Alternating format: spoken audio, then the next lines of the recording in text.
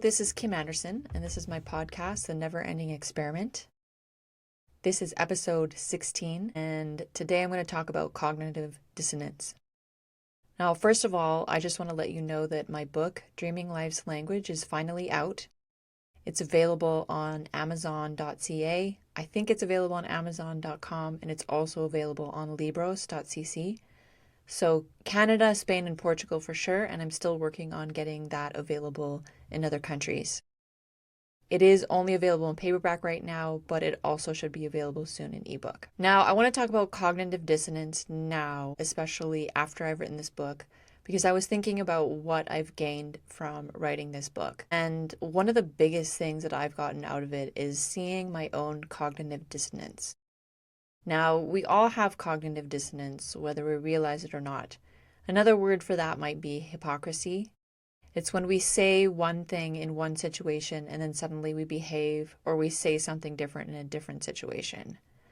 Now, because my book is very broad and I go over a lot of science, a fair amount of religion, and a bit of art, I kept changing my mindset every time I would start to discuss each of these subjects.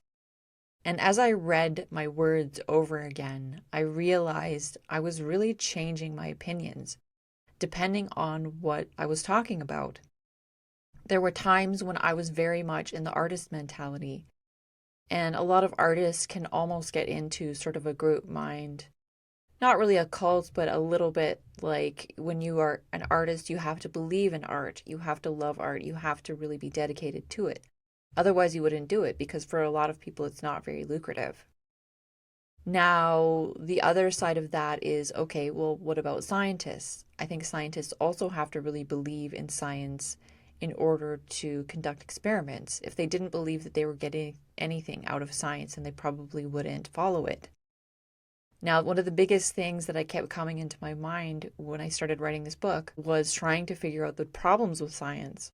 I thought, why did I go into art instead of science? And it's because I have a lot of problems with the ethical standards in science, which I believe are really low. There has been some effort to improve that, but unfortunately, at the same time, there are things going in the opposite direction where ethics are actually getting lower. And by that, I mean that they're putting either animals or people or sentient beings into a position of pain or discomfort that they don't want. That's what I would consider to be unethical. So, I mean, and the issue of consent also comes into play with that as well. So when you trick someone into doing a scientific experiment or you're studying on them and they don't know about it, that's unethical. But yet we do that to animals all the time. I've never heard of anybody requesting consent from a mouse to take part in an experiment. So that was my biggest issue with science. And so I wanted to address what was behind that. And part of why I wrote this book too is that if you look at genetics and consciousness, which is really the theory that I look at, I think that can show us towards a more ethical way of doing science. But what happened was I also got really more excited about science. So on the one hand, I was saying that I was really critical and frustrated with scientific mentality. And then on the other hand, I would come back and realize that science really does have a lot of the answers and could very well point us to a much better direction in the future. So the argument about what science even is comes into play because a lot of the science that we have is based on a certain methodology that is actually more based on our cultural customs than what might be the best way to actually study something objectively. Now, the other part, of course, is religion. And I think with religion, I think I had the most cognitive dissonance in the sense that sometimes I would see the positive in it, and then sometimes I would really see the negative. And I looked a lot at how science and religion were basically the same thing at one point. Like this Western scientific ideology sort of came out of a lot of religious background. A lot of the first scientific experiments were done by monks because they had more time on their hands. And their whole life was contemplation. And when you contemplate in an isolated environment, that gives you an opportunity to carry out extensive scientific experiments that often take a long time and a lot of patience. So that kind of thing made me really realize, and I think that's also why it took me a long time to write this book. Finding my cognitive dissonance, figuring out what I really thought about it, and then also fact-checking. Because when you're writing about scientific philosophy or science in general, you really need to check your facts. And it's really easy to just remember something that you read somewhere, but then when you go to look it up, sometimes you realize, oh, you might got it a little wrong. So cognitive dissonance and memory are also very connected, because sometimes we just forget that we just thought that. Because it's like, well, that makes sense in that situation. But then you look at it differently and you realize maybe that doesn't make sense in that situation. Maybe that pattern was only something I observed there and it doesn't actually extrapolate to other areas. I tried to think of some examples of cognitive dissonance. It's not always that easy to see. And I think that a lot of the cognitive dissonance really did come from being either positive or negative about either religion or science. Art is easy to be a little more neutral about. You either enjoy it or you don't enjoy it. It's such a subjective experience that you don't really have to have a strong opinion on it, or that opinion just really relates to your own self. Whereas with science or religion, we're talking about ultimate truths. So your opinions on that really do have to be consistent with something if you actually think that something is true. And I think it's a big mistake what we've done now to sort of separate these two and say, oh, it's okay to have any religious beliefs that you want. And then when you go and you do science, your mindset changes completely. So a lot of people have very strong cognitive dissonance. They will go to church or synagogue or whatever on the weekend, and all of these kind of weird historical notions and surreal, unprovable notion of God is there. And then when you go back into the laboratory, you just sort of ignore those things and you think, well, that's just my comfort zone. We treat religion like it's, buttered toast, and it's something that we eat and we consume because it makes us feel better, because it reminds us of our childhood. Maybe it's nostalgic. It makes us feel like we're part of a community. But when we're dealing with notions of ultimate truth, then that clashes very directly with what you would want from a community. Because ideally, your community would be open enough that it would just include the people that you want to interact with socially, and not necessarily the people that have the exact same beliefs about things that nobody can see or feel. So I guess the other example of cognitive dissonance, and I thought about this sort of political opinion that I've heard a few times, and politics is absolutely full of cognitive dissonance. It's just constant. And I think what's so frustrating about the left and right is that often the criticisms of the opposite side are perfectly valid, but instead of accepting those criticisms and changing your view and trying to modify it, people will just outright deny those criticisms, even if they're provable. And a lot of people in politics don't even look for proof. I've heard so many times when people say, well, there's no evidence for that. There's no evidence for that. And there is evidence. They just haven't looked. So that's a kind of cognitive dissonance too, when you just say, no, that evidence isn't real. How do you know? You don't know that. Did you go there? Did you experience it? Because if you didn't, then you can't know that. You literally can't know. So a lot of us really, really want to be sure about the things that we know, even though they are unknowable.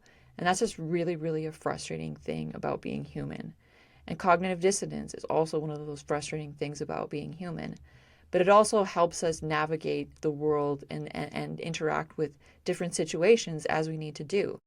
But when you look at your real philosophy of life and you're trying to find some kind of ultimate truth or just a really basic truth about a simple thing, then that cognitive dissonance is really going to cause some harm.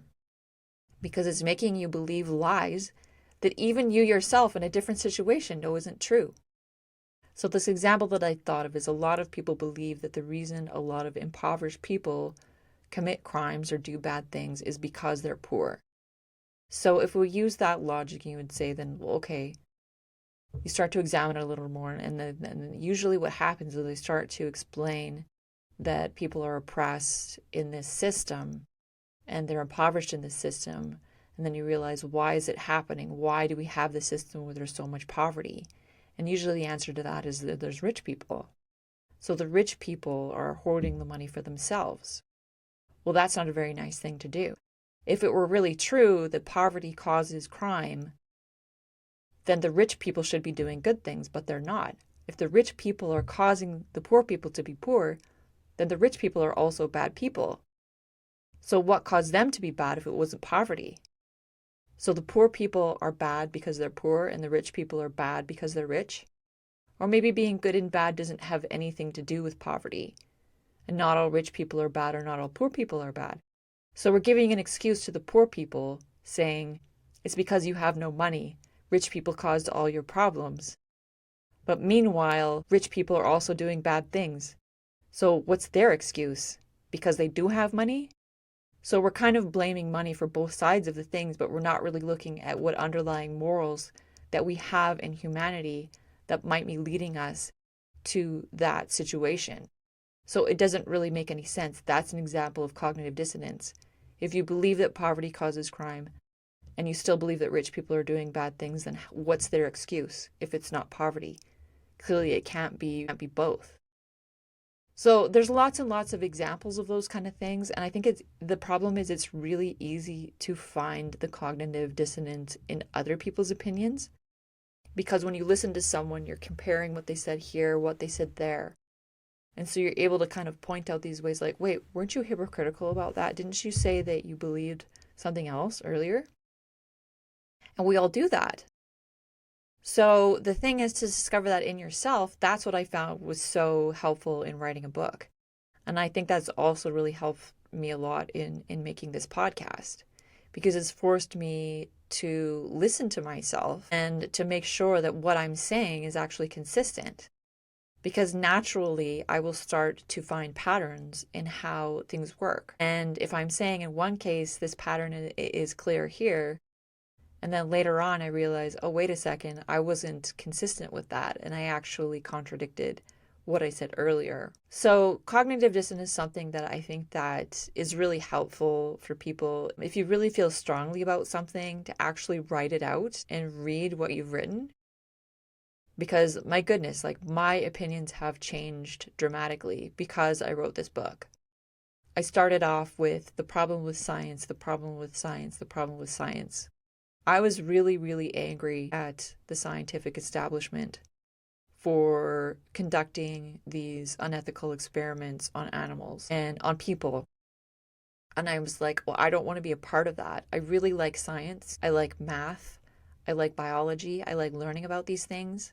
But I don't want to spend up all my days torturing animals or killing them or cutting up dead bodies all the time. Like, that's not what I want to do with my life.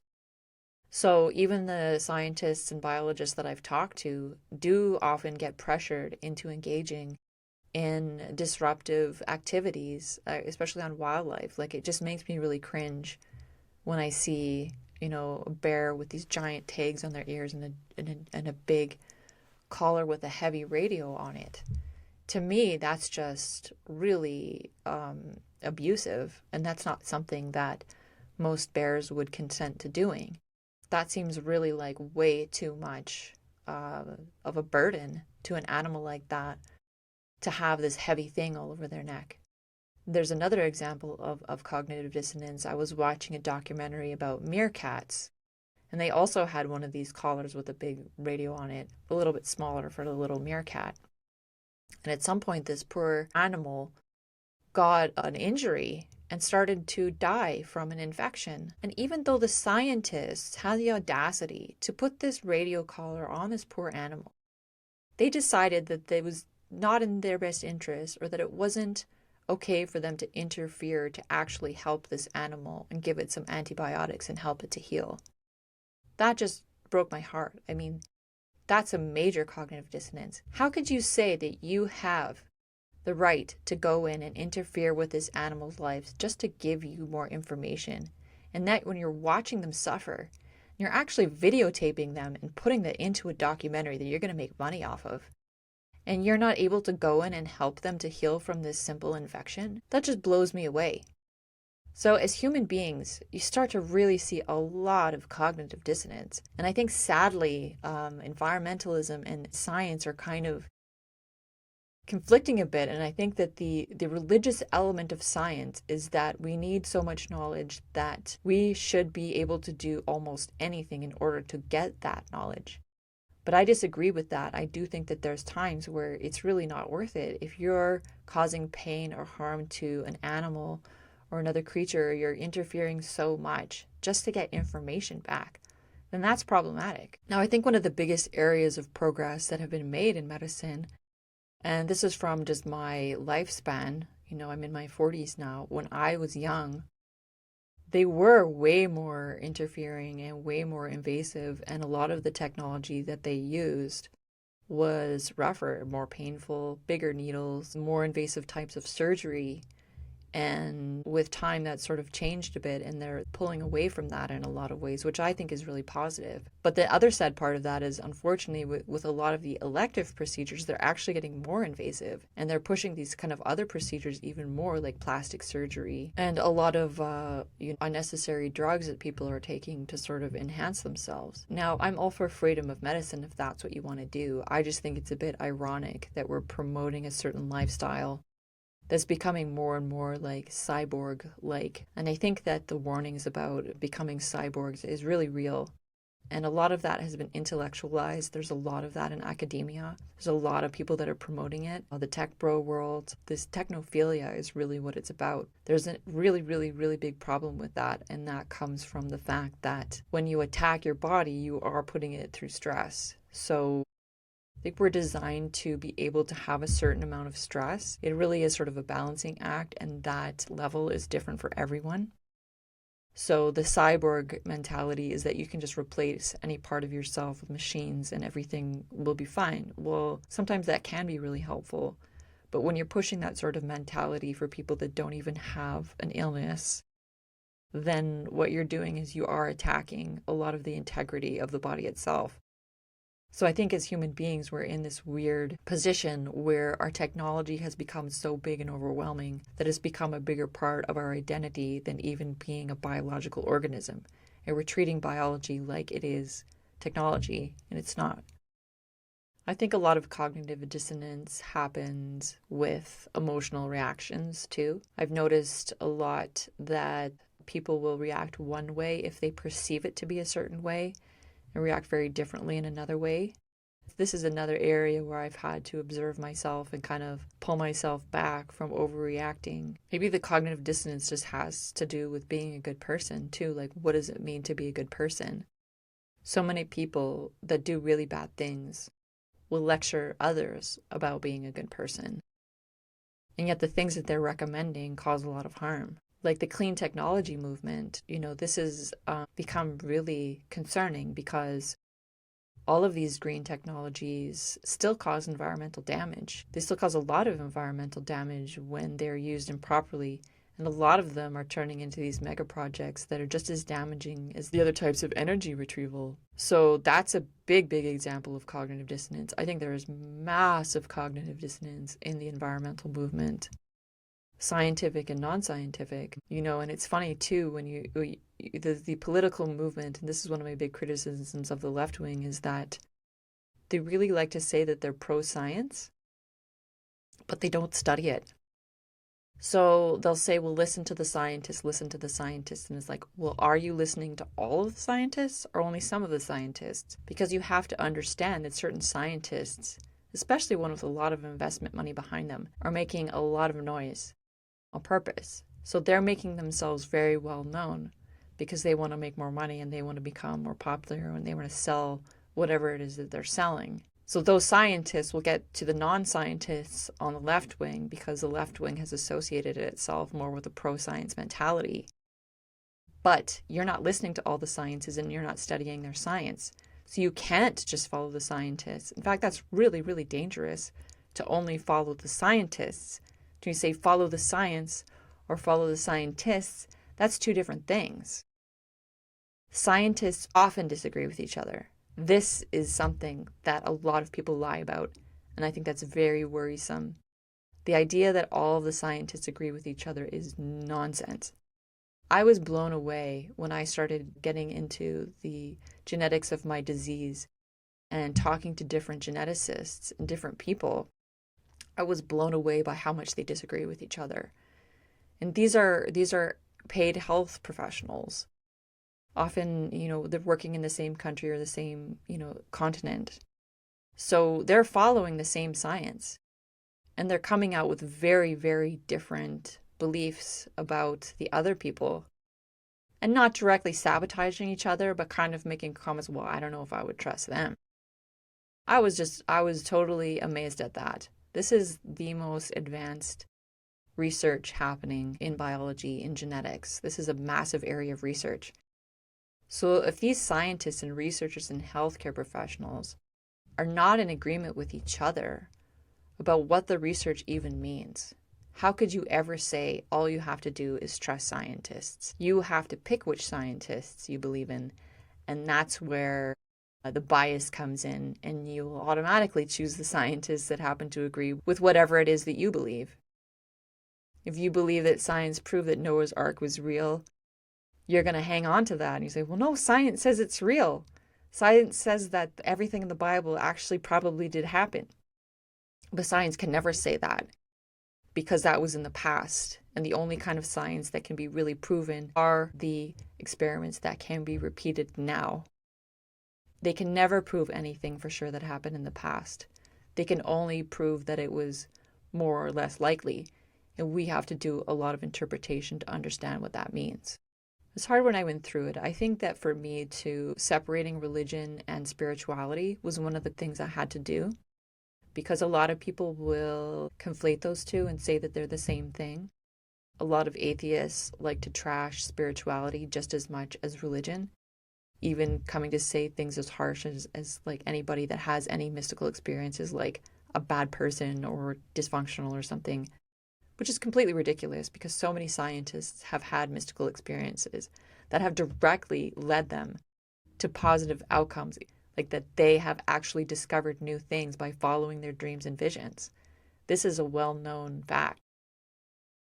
Again, people disagreeing with each other in the same field and not understanding that that is part of their own cognitive dissonance, because they don't really understand what the other person is talking about. So cognitive dissonance, it's almost like cognitive dissonance is just like your disagreement with yourself that you may not really know is there. Writing the book and actually going through and seeing my different attitudes change was almost like I had become a different person as I was writing about different subjects. It's very eerie. So I would recommend to everyone to try that out sometimes, especially with those topics that really bother you, that like get in your nerve and you just like, they trigger you, to find out what it is about them that triggers you. I know I have triggers, and I know that I shut down certain conversations just because I know that I can't handle the emotion associated with it. But when there is an emotion associated with it, usually it's because in some way you feel threatened by it. In some ways it is a direct threat. If someone says that women should stay home and only cook meals and have children and not work or do anything in the public life, that's a threat to me because I can't do those things and I don't want to do those things, and I would be very unhappy if I had to, and it would probably kill me. So that's a threat. You may see that as a neutral opinion, but it is still threatening. Now, ideally, I would be able to calm down, have a rational conversation with someone who believed that. But I don't want to waste my time. We live in a planet with over 8 billion people. Millions of them, over billions of them, are on the internet having arguments with each other about these things. And we live in such different contexts, we can barely understand each other. So think about, if you don't even agree with your own self about what you believe in, imagine how difficult it is to agree with other people too. We need to be able to understand our own inner disagreement, to have better discussions with each other. We all have life experiences that other people haven't had.